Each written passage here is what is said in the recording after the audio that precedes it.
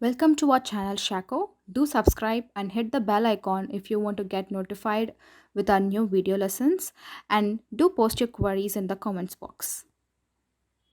Hi guys, today we're going to see about camera.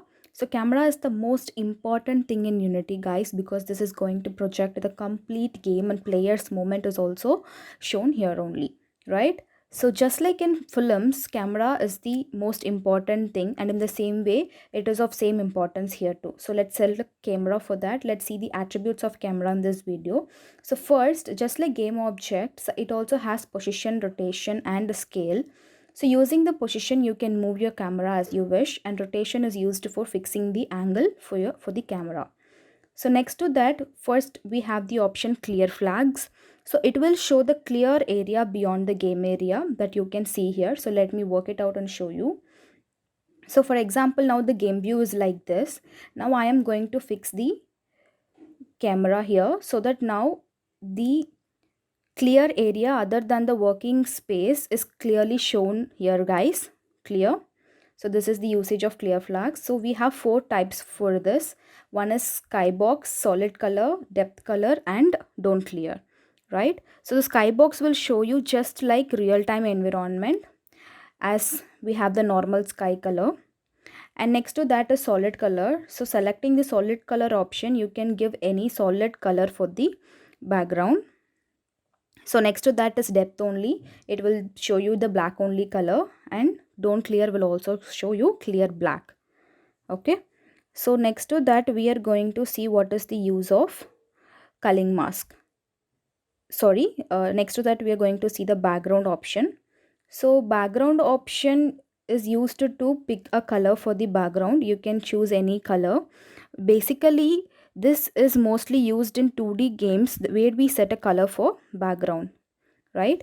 For example, I have chosen pink color over here. So you can choose any color, and if you do not want, you can just choose a white color and leave it up. Next to that is culling mask.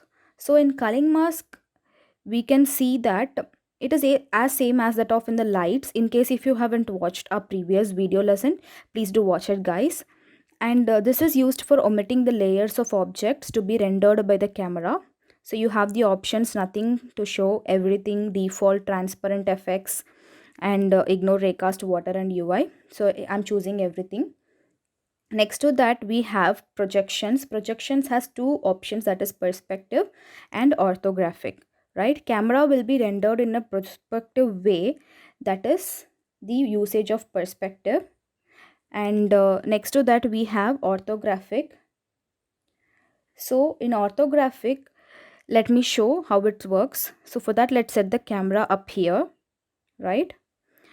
Now you can go and select the orthographic option, and you can see the game view is completely showing in 2D guys, right? It is very clearly shown here. And as you can see here, you can also increase and decrease the size here.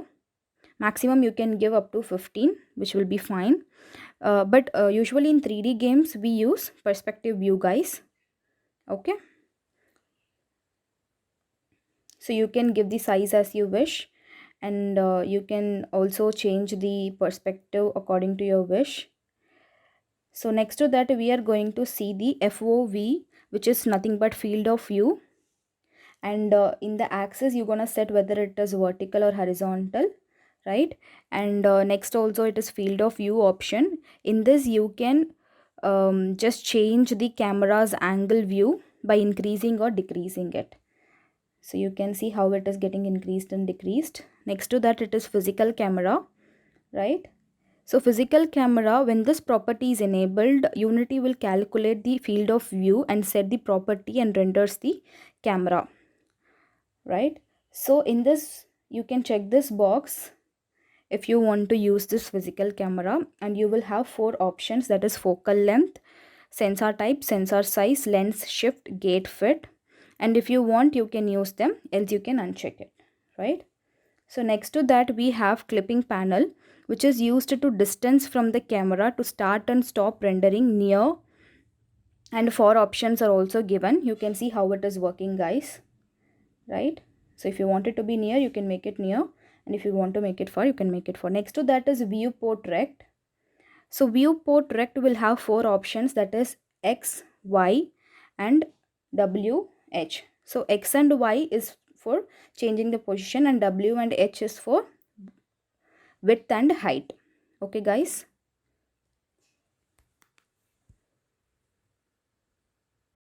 So next to that we are seeing what is depth. Depth is used to show the camera's position in larger view, and generally we give -1 as the depth. Next to that we are seeing what is rendering path. Rendering path is generally used using graphics. So only with graphics you can work with this, and it gives options for what rendering method will be used by the camera. For example, you have the option shown here. You can choose whatever you want.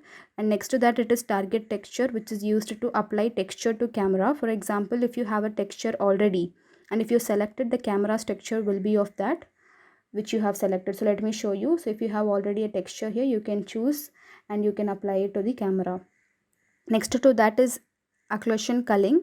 So in this, that object which is hidden behind other objects are not rendered, and this is the purpose of occlusion culling. If you want, you can check this, and if you want, you can remove this. Okay, next to that it is HDR, and it is nothing but high dynamic rendering. This is generally present in a mobile camera itself. If you want, you can select this, else you can uncheck this. Sorry, you can off this.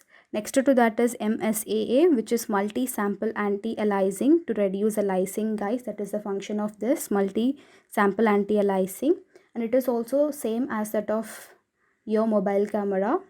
The functionality is almost the same. Next to that is allow dynamic resolution. If you want to enable the dynamic resolution, then you can check this box. If not, you can release this box. Okay, next to that is target display.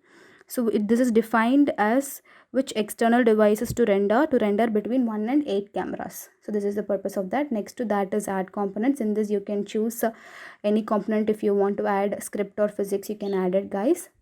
Okay, now let's see how to make first person's camera and third person's camera. I have added an capsule and kept the main camera as its child. So now to show you how this works, we have to first change the position, rotation and scale to 0.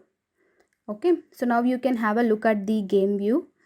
With this you can decide where to keep the camera for the first person. Example, I am rotating the camera as if the character is looking a bit down. Clear? I think it is clearly visible. Now let me show how it works. I am using capsule as an example of character. If you click play button, so in order to check how it is working, click the play button. You can see how the first person is working by moving the character. So here capsule is the character, so I'm moving the character to show you how this camera is working, right guys? So next to that, in case you wish to use the third person, there isn't much difference, guys. If character is known, it is the third person, and if it is unknown, then it's first person. If you change the camera view, you can see. For example, I'm tilting the angle of camera a bit so that I'll show you how the third person works. And if you want to clearly understand this concept, you can animate with any object or character and you can check. So let us check now. I have given movement script to capsule, so it is applied to the camera too. Right now I'm moving the camera to show how this is working.